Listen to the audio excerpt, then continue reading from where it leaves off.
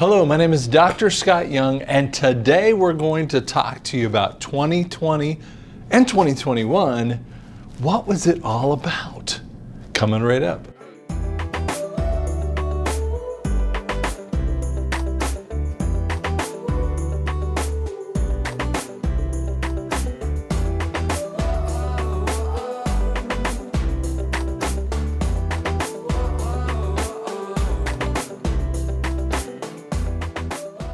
Okay, so here's what we need to look at. We're going to talk about a discussion about corruption, the Fed, and this crazy thing called NESARA. So, excuse me. The first video here, I'm going to show you this, but basically I'm going to kind of explain it in this little TikTok video. This woman is at a Starbucks or something, I don't know, could be another kind of place, and she's trying to get the coffee, and he goes, well, we can give you a mask. Well, if you can hand me the mask, you can hand me the coffee. And she keeps going through this, and you'll get to see that kind of thing. Hi. You have a mask? No, I don't. I can give you one. You can give me one? I can give you one. Why do I need you to wear a mask. So you can hand me a mask, I can hand you one, yeah. but you can't hand me the drink without a mask? You've got to wear a mask. How does that make any sense? That's what I just need you to wear a mask. Do you mind? Well, if you can hand me a mask, why can't you just hand me the drink? I can hand you the mask. So he can hand me a mask, but he can't hand me my drink. Makes perfect sense, right? Now, the second part here is the mayor of London getting the vaccine. But the reality is, while lots of other people are getting the vaccine, he's not even getting it with the stick. It's just like, come on.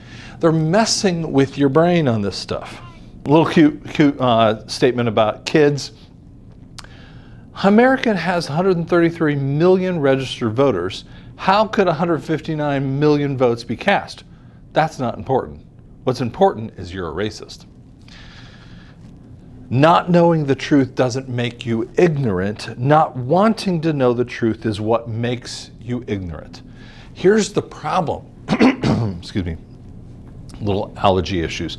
We're struggling. See, what we're seeing, it's not just a Democrat-Republican thing. Guys, stop playing that kind of card. It's really about logic and seeing what's really out there versus seeing what really, they're just listening to what are these government agencies and the media and everyone else wants to tell you. So I want you to think for yourself. For years, masks were utilized to shunt someone's talking about, whatever they're saying. So what you're trying to do is cut off their abilities. Now, kidnappers do this. And yet, we accept them as if they're a part of the reality. But here's what I want you to, we could talk about this until the cows come home, but I want you to see to the right of this, woman in front of the camera, she's got an N95 mask with a little breathe point. She has she got her little iPhone, the blue gloves, the hazmat type of suit setup, not but 6 feet away, and you kind of see it from a different angle there. Cameraman, he doesn't have gloves, he just has a coat, doesn't have anything else on. What are they telling you? You see, Fauci actually has the same thing. He'll take off his mask every time he turns around, when he gets off camera, when he thinks he's off camera. There's two different messages happening. And you need to listen through the message. So that's what we're going to talk a little bit about today. So burning books just used to just look like this. Now we have trying to burn out books and information. And Prince Philip, just the other day, died, and he said, if I were reincarnated, I wish to return to Earth as a killer virus to lower the population levels. Guys, this is the craziness of the elitists. This is what they want to do. This is what, there's their words. I'm not saying it's my words. It's their words in this way. Now, we're going to show you the Titanic in here. Now, it's a foundational point, but I need to kind of catch you up to what happens with the way the banking occurs. Because you got to understand, it's about the money. And you're going to go, it can't just be about this. Here's what it is. In 1907, we had a massive bank crisis. So there was a run on the banks. Now, gold currency was utilized all the way up until 1933 to guarantee or back the cash. Now, as you know, if there was too much money out there or too much need for the cash and not enough gold, well, you would have a bank run. And so it's kind of crazy because it doesn't have to happen that way. But it was their way of pushing this forward. Now, in 1910, I believe it was, the Aldrich Act, the Senator Aldrich puts together an act about a central bank. And everyone roundly criticizes it. Makes sense. Then these elitist bankers, the Rockefellers, the Rothschilds, Morgan, all of these other ones out there that are like this, including the Queen of England, and we'll show you a little bit more about that. What they decided to do is go to Jekyll Island. Now, there is a great book called The Creature from Jekyll Island. And what it tells you about is in around this time frame, 1912, what they were looking at, or 1911, what they were looking at is going to this area and they created this thing called the Federal Reserve.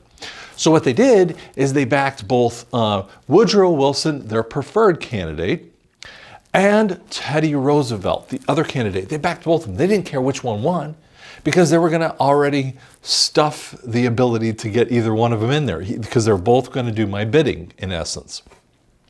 So Woodrow Wilson gets in and he passes the Federal Reserve Act, and we'll explain that here in just a second. But what you have to catch is there was a backdrop of something else occurring.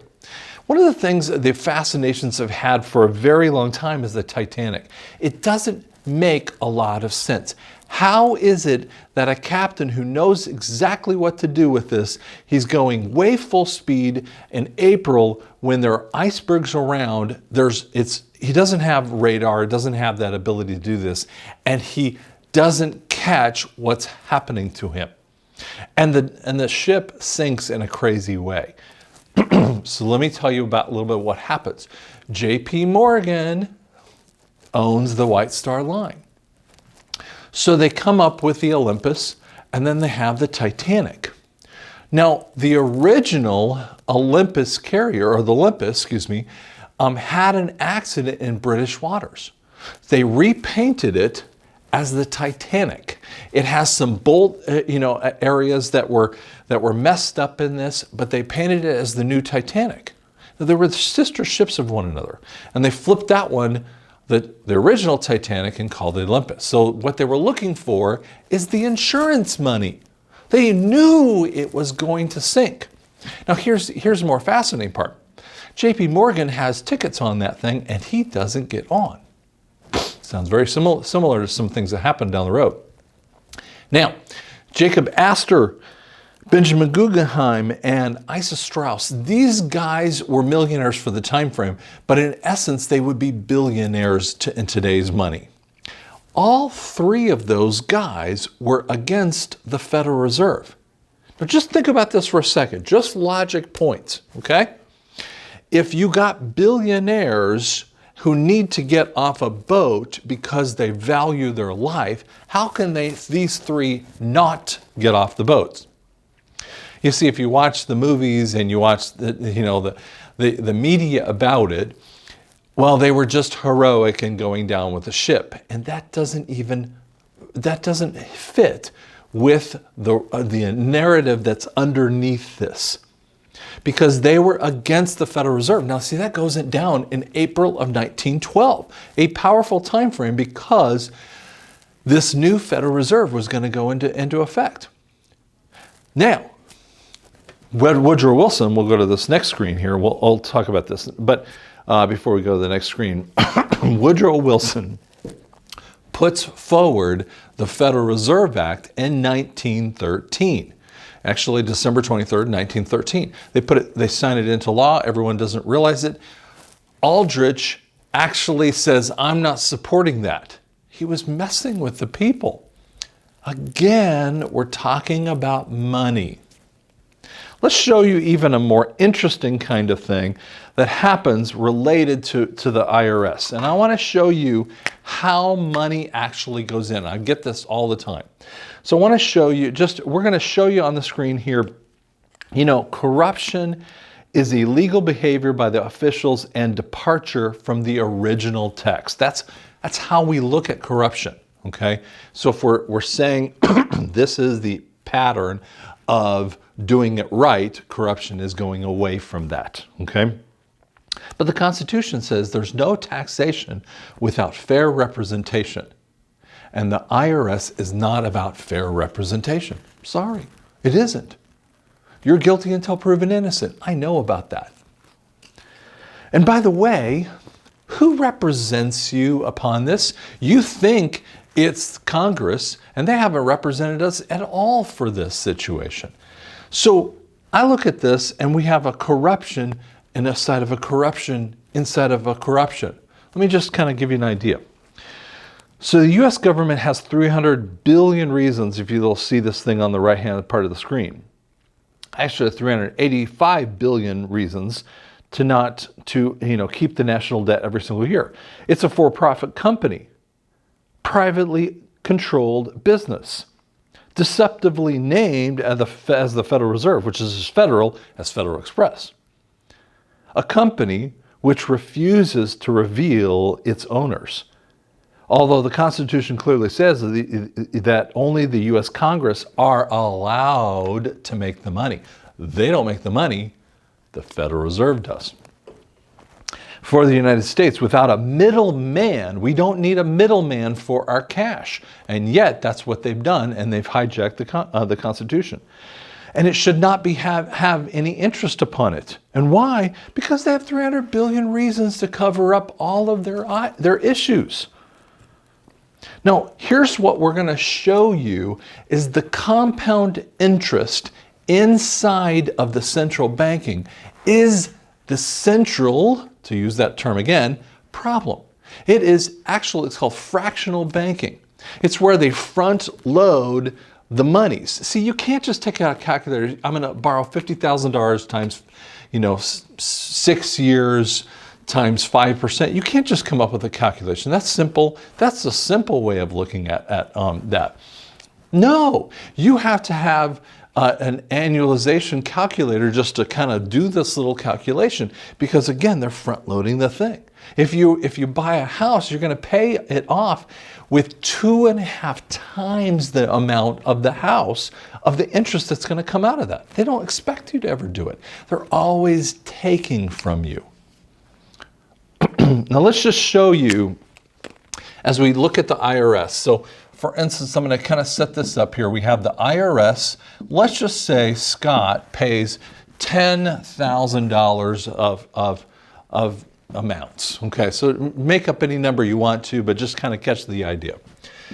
That money, so Scott, let's say it a little different way. So Scott pays $10,000 directly to the IRS. Okay, so income tax on a federal basis, state basis pays in their own kind of thing too. Now, people always say, yeah, but isn't that money going toward the government funds? No, sales tax, excise tax, exports, imports, all that stuff is going toward the paying of real government kind of issues. Here's how it goes. They take their cut out of this. They send it over to the Treasury Department, who takes their cut out of here. And you say, wait a second, the Treasury takes their cut? Yeah, they're trying to make it look like it's going through the government, but it's really not. Who then sends it over to the Fed. Now the Fed will take the first 6% of the monies that they get. Now here's what they get. they have about $3.3 trillion coming in every single year. So they take a 6% amount of that $3 trillion. Then they apply that debt, or the interest of that debt, which is about $385 billion, to pay back this little loan that you have that we call the national debt.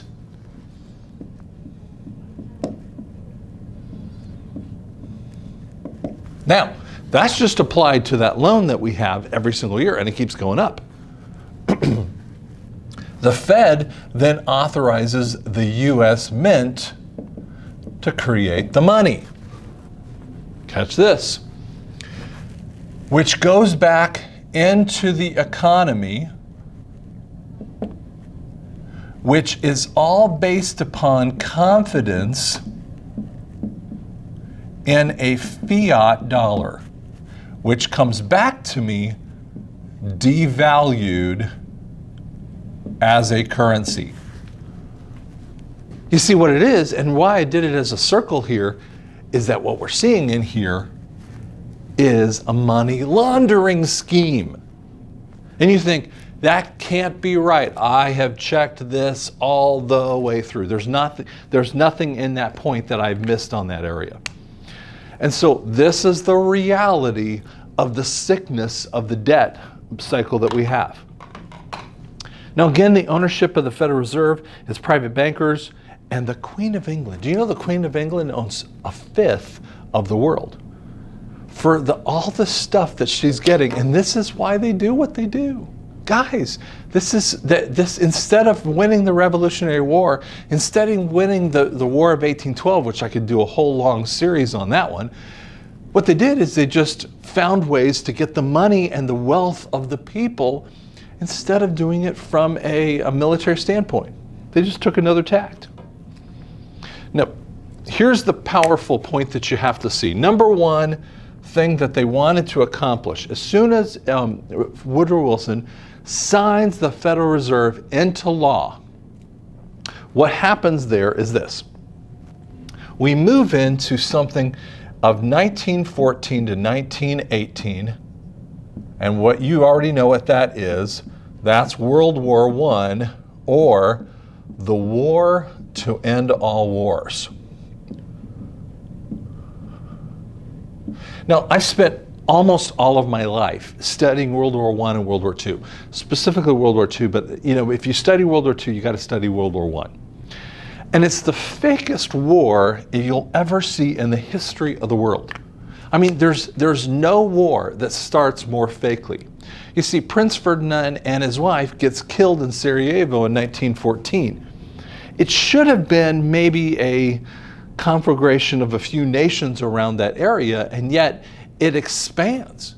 Russia gets involved with it when they should never have gotten involved with it. They get it, and then Austria gets into it, and Germany gets into it, and France gets invaded, Belgium gets invaded, Australia. I mean, and it goes and goes and goes.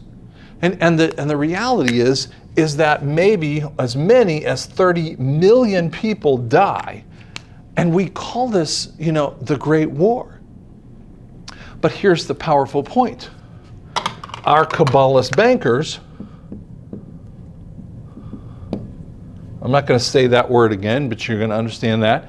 Our bankers, what they were doing is selling to both sides.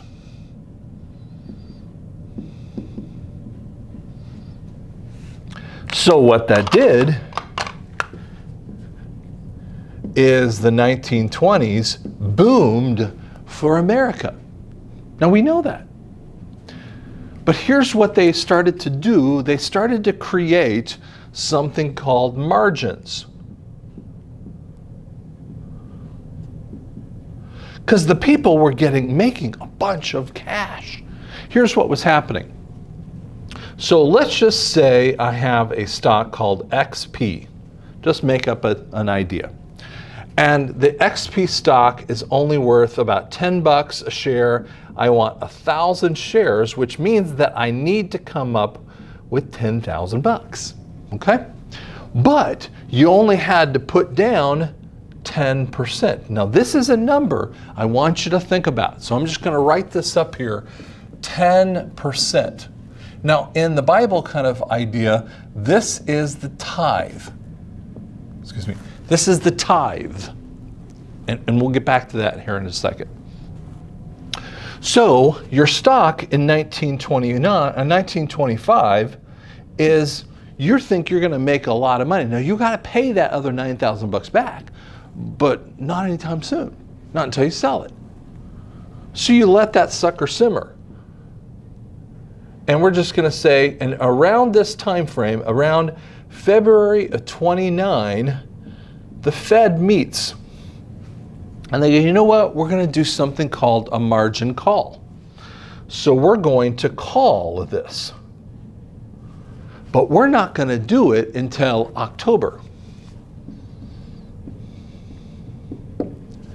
But in this interim time frame, your stock went from 10 to 25 bucks a share.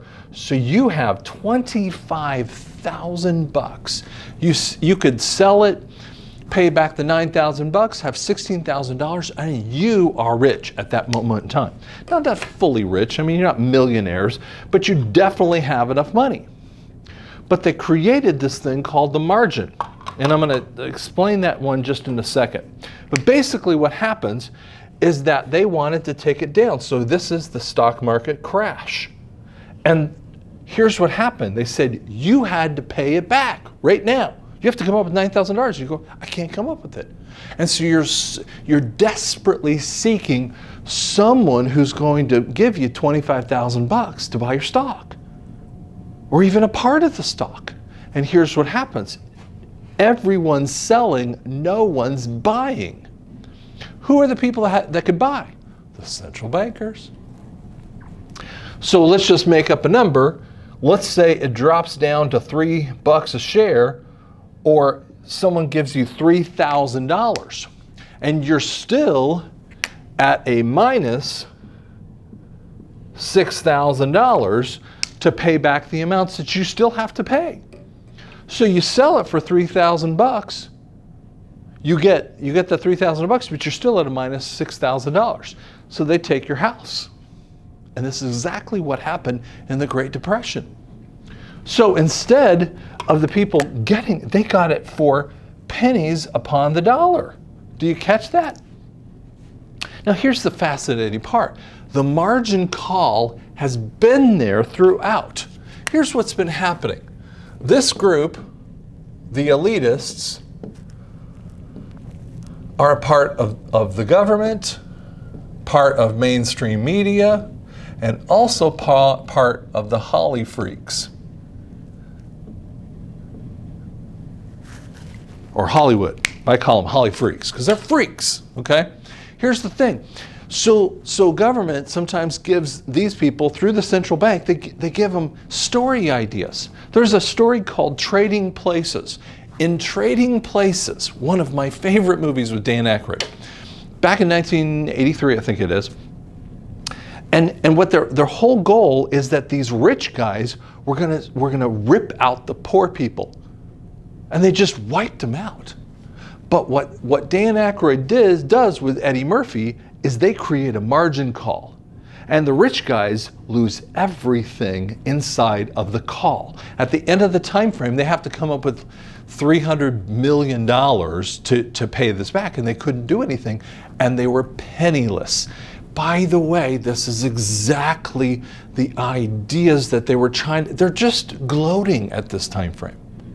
This is the gloating time frame. Over the years, they're laughing, and they make these stories up, and we think that they're just fun stories. The reality is they're telling you a tale. We'll show you another tale in just a little bit. Now, let's move over to the side of the screen over here.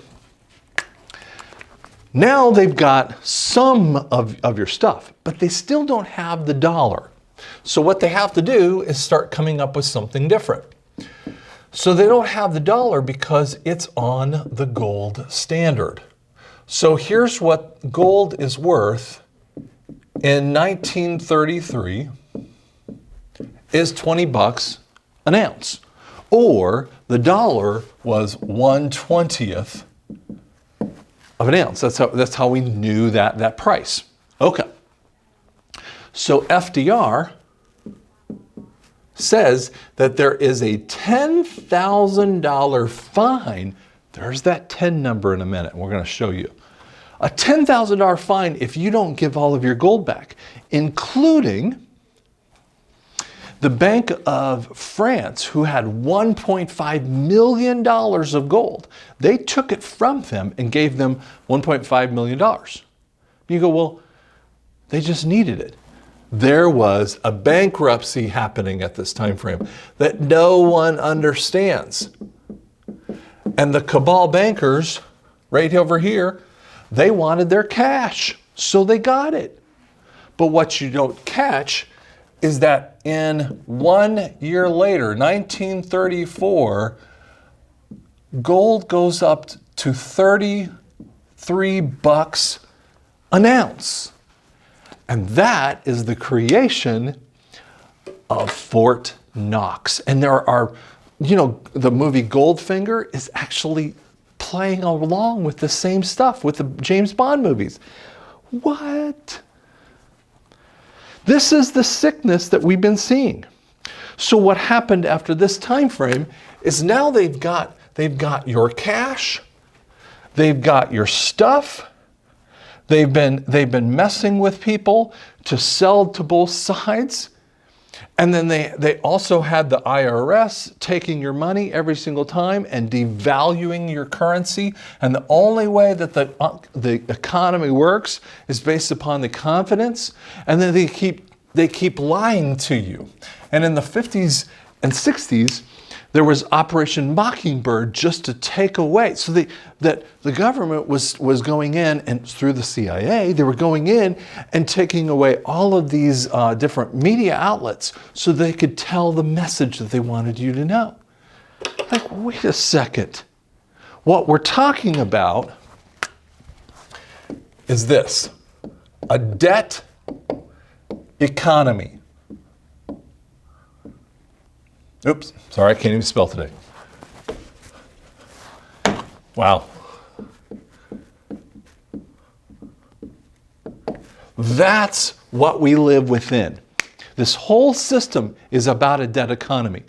I want to give you just a little example about this 10% thing, because it's really fascinating when you see this. Here's the thing. Why do you have 10,000? Why did I use this little 10,000 thing? Why did I say there was a 10,000 point? And we're going to show you another thing about 10. And in the 10, there's a really interesting thing that happens in the Bible. The Sodom and Gomorrah and Abraham saying, if there's 50 guys, will you save Sodom and Gomorrah? Yep, I'll save it. What if there's 40 guys? Yep. What if there's 30? Yep. What if there's 20? And then he basically says, he stops at 10. He doesn't ask for 8 or 6 or whatever. And he asks the question, why? Because 10% is the Lord's. So they're mocking us in so many ways by using the 10%. I'm going to show you one other idea of the 10% idea. But let's just move forward in what the Bible says about this. And literally, I could give you hundreds of verses. It would just mess you up here. We're just going to use some in James here. James 5:3.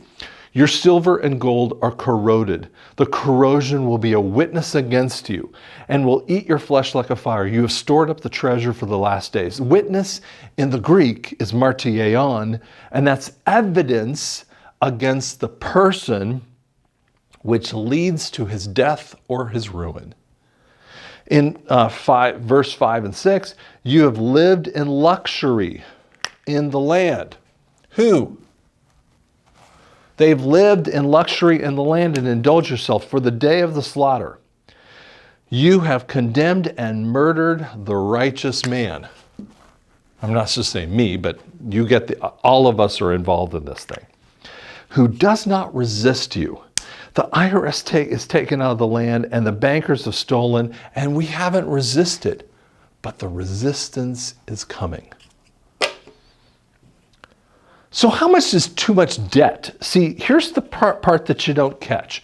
So when we think about debt, it's around 30 to 50% debt to income ratio. So you're saying your debts, the stuff you got to pay back, right? I'm not talking about like you got to pay your gas and other stuff. But in business and in personal, it's basically the same thing. And you can kind of see that on the screen. And I don't want to spend too much time upon that. But here's what you have to see.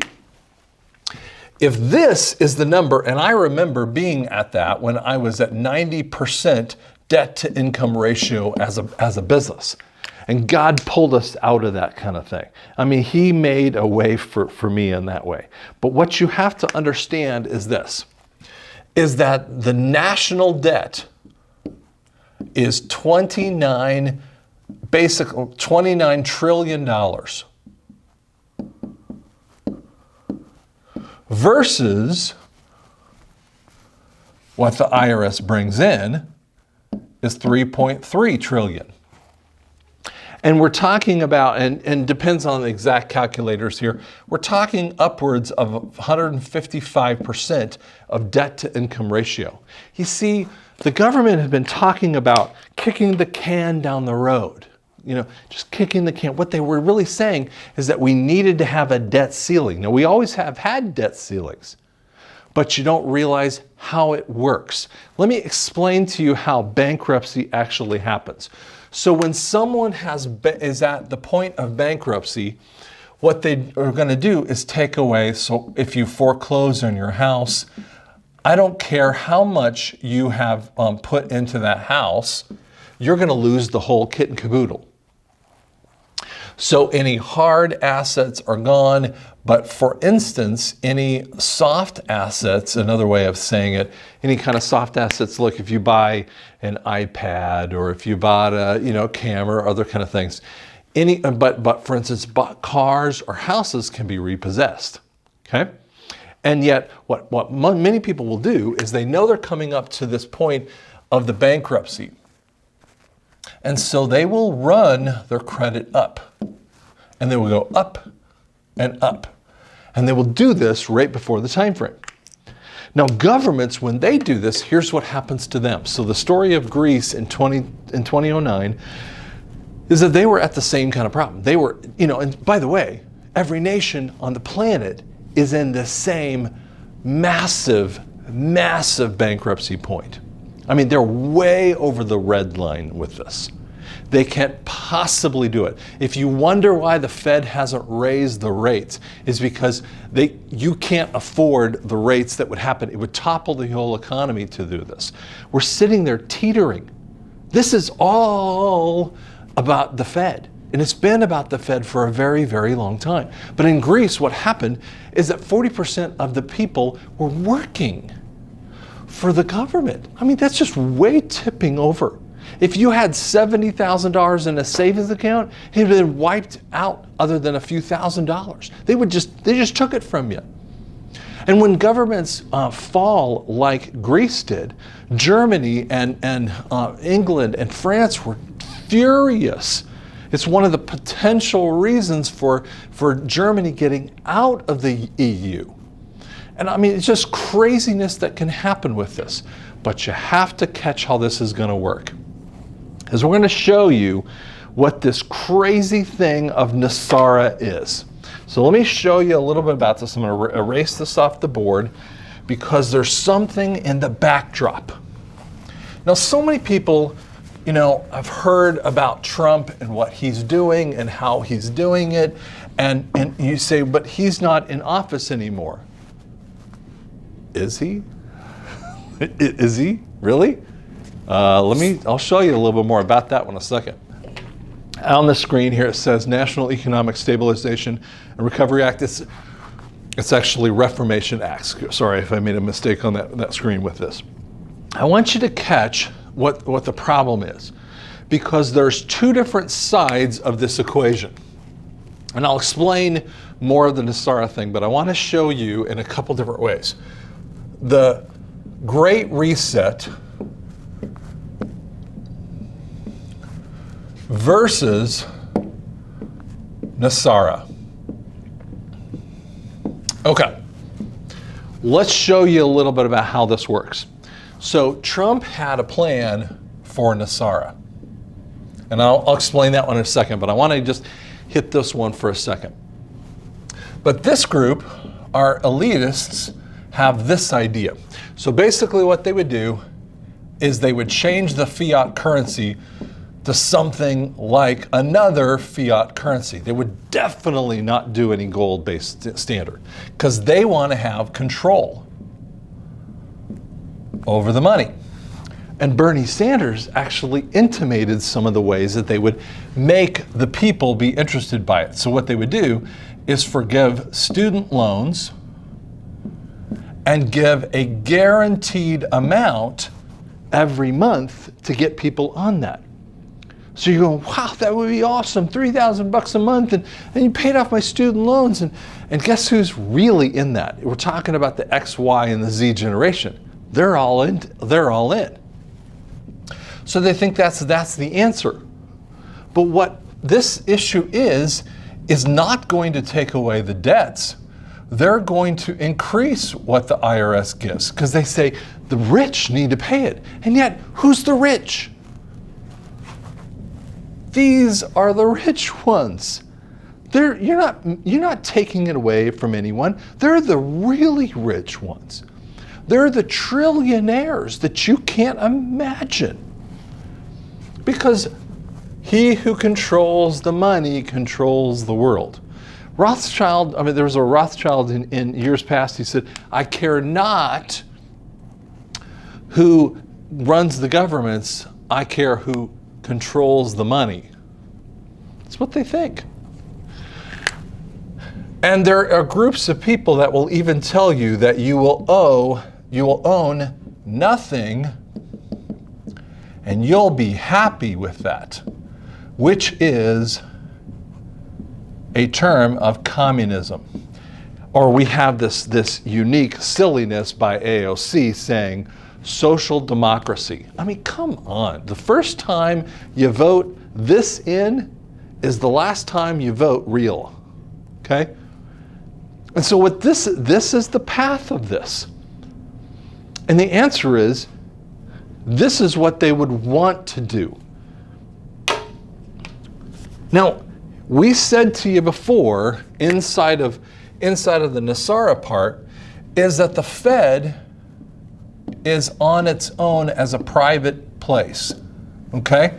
They're not under anyone. They're off on their own. Then you have the government agencies. But because they're all in bed with the whole thing, it just, kind of waffles together, okay? But here's what scared me and freaked me out and then excited me. So back when the PPP loans came out, they were coming out to small organizations. Now, some big banks some big people got it. And what happened is something crazy inside there. So what they said is that you're going to get a certain amount of dollars, and it was a significant dollars to keep you from creating more unemployment because they were trying to shut people down in the COVID timeframe. Great. So you get your money, but here's what happens. In every loan that I've ever done, and I've done dozens of them, what has to come in is there has to be a personal guarantee. There also has to be a credit check.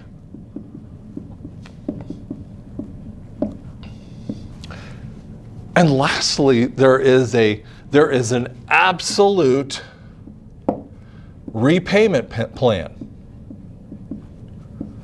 Now, these are the three things that made many businesses go, I'm not doing that because I'm not getting it. What it was coming from is the SBA. Now, the SBA is under the Treasury Department. Now, this is a very normal kind of loan. Okay, this is very normal loans that happen all the time. And these are fractional-based loans that, that businesses can get into. But here's what I want you to see that totally freaked me out. When I started to learn this is when I went down the rabbit hole. There was no personal guarantee. There was no credit check. And if you used it the correct way that they said, if you put 60% of it toward your employees here, and did it correctly, and I did it all. And here's the thing. I used the first set of PPP, it got wiped off. There was no repayment situation. And when I started to see exactly what was happening, what occurred is the Fed was put underneath the Treasury. And it took me a very long time to find it, but that's exactly what's occurred. And why would you do that? Because here's the possibility. A lot of people are talking about, it's called End the Fed. And so here's the problem. If you end the Fed, you're going to bankrupt the American economy, and you're going to drop everything off the cliff. But that's not how he was working it. So Trump actually, through his process, and the PPP is the key element in here. So what they were going to do is they were going to take the money, the fiat currency, and run it off the cliff. It's exactly how they're doing it. See, the Fed, the Fed reserve debt is $29 trillion, or $220,000 per person. I mean, it's just crazy. There are $80 trillion of debts in America.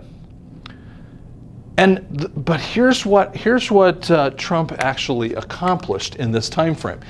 During the COVID time frame, he brought in 286 million ounces of gold into America. Because he's been planning this thing. He's been game theorying this idea. I want to show you another movie idea, but this is in TV. So I'm going to show you how this actually worked. In MASH episode, season 6, episode 9 is called Change Day. I loved this episode. I've loved MASH for a very long time. I loved this episode, but I didn't understand its significance. God had kind of been placing it in the back of my head. I was kind of looking at this going, what? Here's what the idea was. So, in Change Day, what occurred there is this. They knew that they were coming in, and Colonel Potter was saying, okay, we're going to be changing from a blue dollar.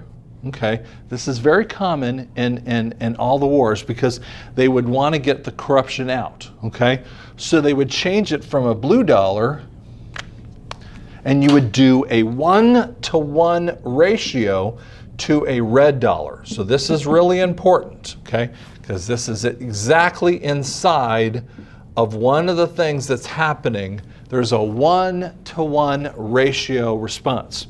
Now, Charles gets this idea, and I'm going to go to all the Koreans, and I'm going to give them $10 of American greenback dollars for their $100 of blue cash that was happening. And then I'm going to take that and do a 1-to-1 ratio. Do you see this 10 number playing out here again? It's the same thing. It's so nutty that it's been going on in the backdrop. Now, of course, Klinger, covers him up and doesn't let him get into camp. And if he doesn't get into camp in the right time frame, he had to get in there at 4 p.m. If he doesn't get in there in the right time frame, he doesn't get his switchover. That's why it was called Change Day. It is the world telling you, this group of people messing with you, that this is coming. But they were looking for the Great Reset to happen. And yet Trump set up NESARA. So as we've talked about this before, remember we just said to you, there is going to be a change of all of your accounts. It's a 1-to-1 ratio. You got $1,000, you're going to get $1,000 in the rainbow currency. And here's what's going to happen to that. Let me erase some of this stuff over here, because this is really, really powerful for you when you see this. So all of your accounts are going to flip into the rainbow currency. or a gold-backed currency. And, now that's the NESARA thing, but so will the world. The world is going to have what's called GESARA, and that is exactly what Trump did in his first term. He signed everyone up but Iran and China were the only ones that didn't sign up into GESARA. They were going to have a gold currency, or basically a precious metal currency, but they were not allowed to go to war. People want to beat Trump up, but you know what? He's the only president that never went to war. And if we were going to have, and we're in the middle of a bit of a war right now, and it's still going in 2020 or 2021, excuse me. And yet he's the only president who's not taken us to war. Go back and look at your history. It's freaky fascinating. So what happens here is this. You're going to have this money changeover, and what it's going to do is the value of your new currency kind of thing is going to increase exponentially. So if you don't have any debts, cool. But your money is going to go up dramatically. There are countries like Zimbabwe that's just rich in diamonds, but they've been stolen from by that gross group that we've called up here. The elitists. They've been stolen from for generations. And this has been coming in the background of this. And so your money first is going to go up dramatically in value. But what it will do on the other side of this is that prices are going to fall. But it's going to take a little time, okay?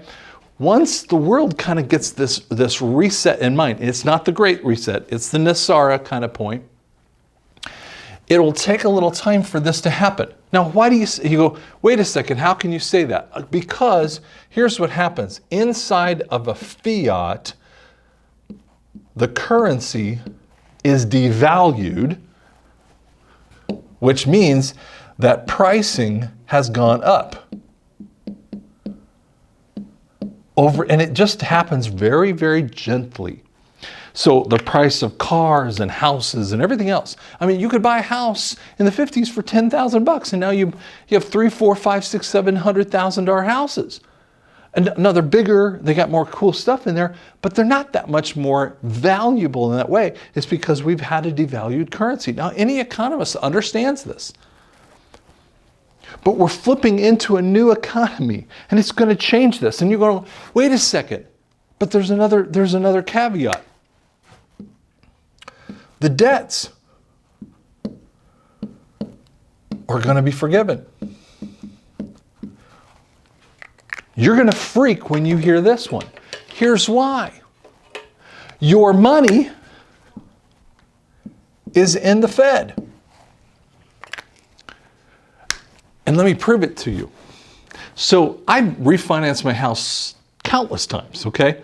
And I get this most recent it was in May or so of 2020, and I finally get the paperwork in July. And my first payment was in really weird August, okay? There's a lot longer time frame. And so normally it's about a month or something like that, maybe a month and a half. This went like almost 2.5 months. But here's what happened. In 2008, the Fed took over Fannie Mae. And what they did is Fannie Mae was a financial kind of vehicle for houses. And so what they did is they took that over, which means that the balance sheet of all of Fannie Mae went on in the Fed. And that's exactly, I got this letter. And in the letter, and I put it on my Telegram page, by the way.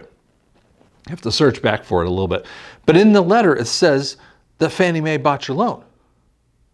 Now, you don't pay Fannie Mae, you pay your loan capture company. Now, here's what happens. Mortgage people will say, yeah.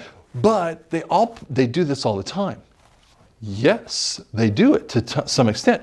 But I have never, in the 30 years, in 28 years of marriage, by the way, in the 28 years of marriage, I have never, ever received a letter like this. Well, maybe you should. No, I never received a letter like this. This was a crazy letter, and I've had dozens of other people telling me about the same letter. Here's what happens. When someone goes to bankruptcy, all the debts are gone. I mean, they're gone. Now, if the Fed is going into bankruptcy, all of your debts are gone. And what they actually did, they're a group called the White Hats, and I won't get into the name exactly, but they put in $83 trillion to pay off the American debts. And they put another $47 trillion. And you're going, there's not enough money in the world. Yes, there is. They have millions and millions of ounces of gold that you can't imagine. They have Solomon-level wealth. You don't think Trump was doing all this on his own. He had a white hat groups of people that were behind him. He also has the military behind him. And he played the game in the perfect way. He had to show this was the corporation. And then he did a second thing. He said, okay, but here's what I'm also going to do.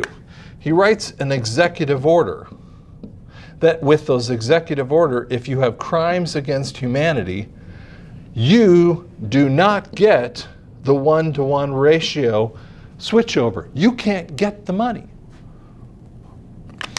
And this is Trading Places movie all over again. So in Trading Places, the rich guys, out on their ear, they had nothing. And that's exactly what's happening to these guys. And they are so upset about this. I'm going to show you video after video. Here are two guys that we know of, and they have masks on. Look underneath right here, and you're going to see this. So here's the first video.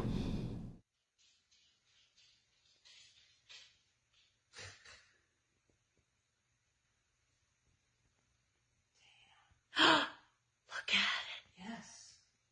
Oh my God. Oh my God, it's jumping. Oh my God, what is that? That's the bottom of his mask. Oh my God. Is it going to do it again? He's going to talk again. What the hell?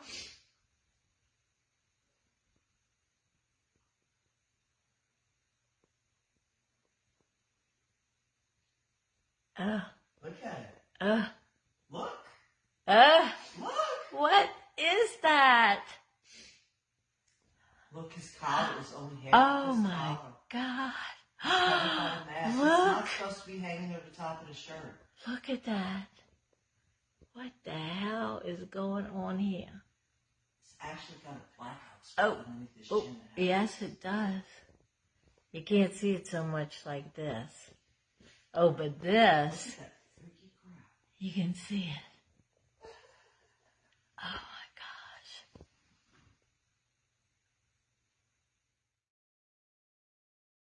gosh. Now we're going to show you the second video. I'm not going to do but just look at the mask. I'm not going to do any sound. But to the, for real, you've watched me a long time.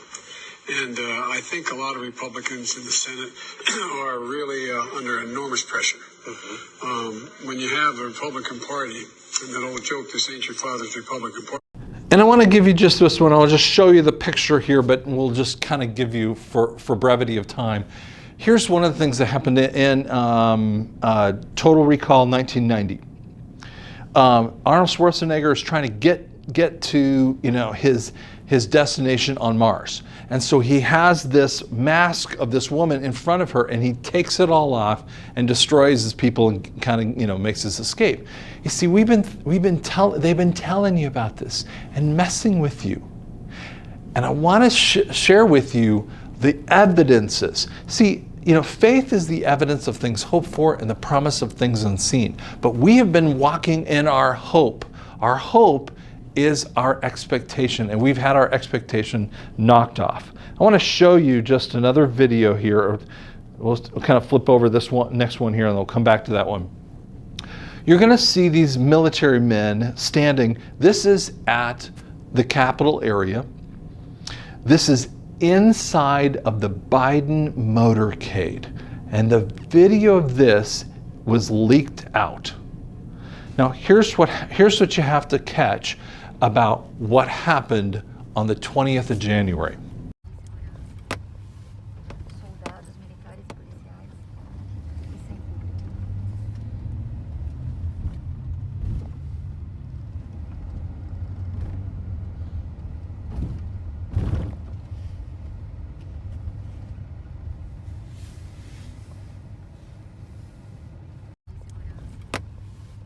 soldados militares e policiais e sem público.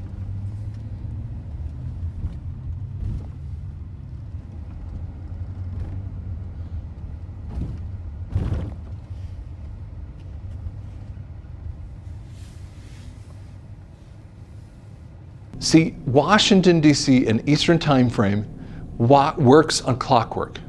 So Trump walks out onto a red carpet, makes a little speech, and gets onto, the Air Force jet, or the helicopter to the Air Force jet. He gets on Air Force One, which is so crazy because he's not the president anymore, at 12 noon. At the exact same time frame, Biden actually is 11 minutes early, which is a number that these guys love to use. 11 minutes early, he's being sworn in. With Clarence Thomas, a gross Clarence Thomas, he says, or not Clarence Thomas, excuse me, Judge Roberts, he says, to defend all enemies, he doesn't say this, to defend all enemies, foreign, domestic. And we're talking about the Constitution. Wait, Idiot Joe doesn't even say that. Wait, that's part of the presidential address. There's a whole bunch of other research that you can kind of look at. There's some amazing things on this. And here's what was crazy. That day I was sicker than a dog, and I'm watching this thing, and I'm watching at Arlington National Cemetery. They never show Biden showing up there. They never show anyone. They just show pictures of this. And there are 3 guns. Now they have 1, 2, and 3. And the first gun shoots off. The second gun shoots off. And this one's standing there. They're just standing at attention. Then first, second, not the third. First, second, not the third. Like, what's going on? They didn't do the 21 gun salute that they've always done for every other president ever in the history of the world. And yet, a little bit later, after Trump lands in Mar-a-Lago, they do a 21 gun salute with the exact same types of guns. What? They were telling you it wasn't real. So I'm going to show you this little video, and as you watch this video, I'm going to speak with the video on. The guys are standing there. They're not saluting, and some of the guys have their backs turned to our supposed faux president. This is the ridiculousness of the situation. There are evidences all around you. And I want to just leave you with this little thing. And by the way, this is all going to happen. And by the time you watch this, it may have happened. But let me just throw something out at you. And I want you to think, if you are a believer in Christ, Jesus being resurrected, there is only scant historical evidence that he died and rose again. Does that make sense? I 100% believe it. I got my own evidences in there because I believe in the scriptures, right? But there's scant evidence, okay? There's only a little bit of evidence out there that indicates this. Whereas Trump winning and NESARA in place, there's massive There's massive evidence. And let me just say something to you. And you guys, as believers, can't see this. And this is what makes me very sad. But let me put it to you this way. It's faith is the evidence of things hoped for and the promise of things unseen.